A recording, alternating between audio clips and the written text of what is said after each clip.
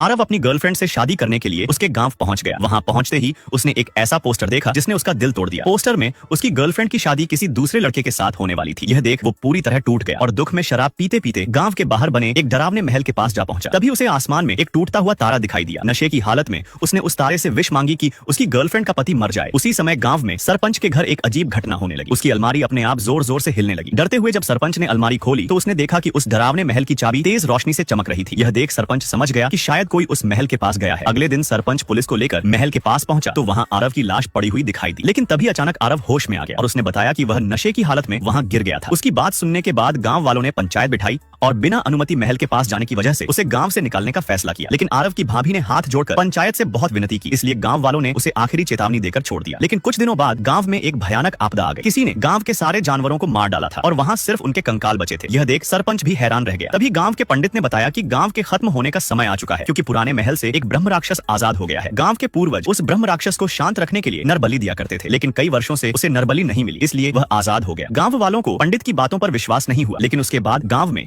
अजीबोगरीब घटनाएं होने लगी। गांव के चारों तरफ एक रहस्यमयी लकीर खींच गई जिसे कोई भी पार नहीं कर सकता था। यह देख पूरे गांव में हड़कंप मच गया। आखिरकार सरपंच ने पंडित की बात मानते हुए ब्रह्म राक्षस को नरबलि देने का फैसला किया। बलि के लिए गांव वालों ने एक ऐसे आदमी को ढूंढा जो मरने के करीब था। उन्हें गांव में 100 साल का बूढ़ा आदमी मिला जिसे ठीक से सुनाई भी नहीं देता था। जब आरव को इस बात का पता चला तो वह अंधविश्वास पर भड़क उठा। उसने अपने दोस्त के साथ मिलकर उस बूढ़े आदमी को गांव से भगाने का प्लान बनाया। रात होते ही वे दोनों बूढ़े को लेकर गांव से बाहर जाने लगे, लेकिन गांव वालों ने उन्हें पकड़ लिया और बूढ़े आदमी को जंजीरों से बांध दिया और पूरे गांव में नरबलि की तैयारी शुरू हो गई। लेकिन बेचारा बूढ़ा इतना सीधा साधा था कि उसे लगा गांव वाले उसकी शादी की तैयारी कर रहे हैं। वह खुशी खुशी सबका साथ देने लगा। जैसे ही ढोल नगाड़े बजने लगे, बूढ़ा आदमी खुशी में जोर जोर से नाचने लगा, लेकिन नाचते नाचते उसकी धड़कन तेज हो गई और वहीं उसकी मौत हो गई। यह देख गांव वाले डर गए। उन्होंने पंडित से ब्रह्म राक्षस की पूरी कहानी पूछी। पंडित वीडियो लाइक करने पर पार्ट 2 मिल जाएगा।